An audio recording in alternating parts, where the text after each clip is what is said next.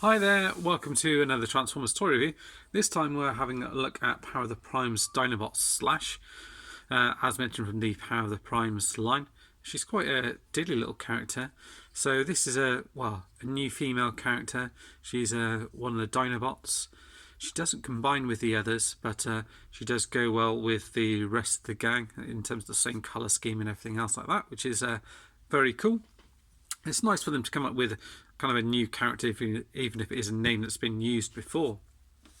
Size-wise, she's quite small in stature, but she's a Velociraptor, so she's a little bit smaller. And you can see alongside Cosmos there, she is a little bit smaller.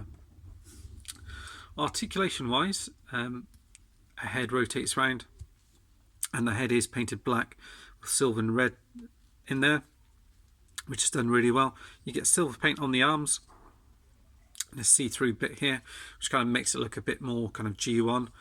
And then you've got red and then black paint down here with the Autobot symbol. Silver paint which goes around to the side, which is all done very well. Black, gold and red paint down here for the kind of shins and the top of the knee. And the leg here, the foot here is painted black as well, which is all done very well. The arms go all the way around, kind of out to the side here as well. You get rotation here, although it's a little bit stiff, and then an arm moves up to there. That's about it. And obviously you've got a peg where you can hold a gun if you so wish, or a little mini sword if you do have anything, but it shouldn't actually come with anything. The legs go all the way up to here. They're kind of hindered at the back because this piece here, but they do have the functionality to go back. It's just they're stopped by this. The legs go back to there, and the feet don't move, but you can rotate them out to the side like so, and they do go all the way out. So you get that. Also all the other bits with it, you get your cardboard back into show her in kind of dino mode here. It just shows her, and it says doesn't give much of a write-up, just says elite tracker, always find her target, so we know that she's a female Dinobot. And then you get the same artwork on the front here, which is very nice, and the colour here corresponds with the Prime Master that she's paired up with in this instance, and it says Quintus Slash, and it just says revive species from fossilized remains. So that's it. So I don't know with these guys if what they're going to do is, if it depends, like pot luck, you might get this one, buy it another time and have it partnered up with another Prime. I don't know if they're completely random or they're set to a particular one. Transforming is pretty easy, but still nevertheless pretty satisfying. Is you just pop this bit down here like that, legs come back, and these bits actually peg into the bottom of the hands, so you just kind of click into there like that. This bit here, kind of from memory, it turns around here like this. These leg bits kind of peg in together like so, and then you come back, and where these bits here correspond with little notches on the chest, and so you just kind of line those up and plug those in to like that. The feet do move. Apologies, they do move back like that. So you do kind of tuck them underneath. I hadn't realised. So you do that, and then these bits come out here like this. This whole section comes out, and then you get your little dino teeth here,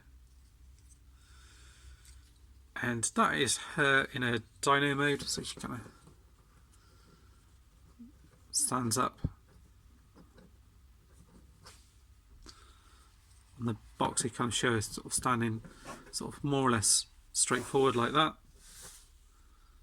And she does stand up pretty well. The legs obviously go forward and back, and you got rotation round in here. The arms just move forward and back here. The head, you could move that up, but you can move the actual head itself pretty much all the way up and all the way down, and it does also open and close. And you've got this kind of G1 look to it, where it's see-through plastic, but they painted like a layer of gold like underneath on the other side, which gives it a cool look, and you've got red for the eyes here as well, serrated teeth. And then if you want a little prime master in there, you just open this bit up here and you get hold of, I've got a type master here, but it'll do the same thing.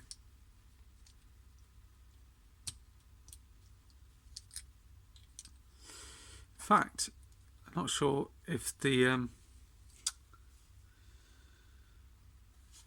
back of these might be bigger than the normal figures. So this guy doesn't actually fit in quite as well. It kind of sits forward a little bit, and that may be to do with the backpack on the back here. It doesn't quite sit as well in as you would normally sit in, but you still get the idea. They kind of sit forward like that, and there's kind of like a seat in there. And yeah, I quite like that kind of functionality side of it. She works pretty well, I think. There's a little Dinobot, and then I haven't got him in his Dino mode, but just to give you a little comparison of the two side by side.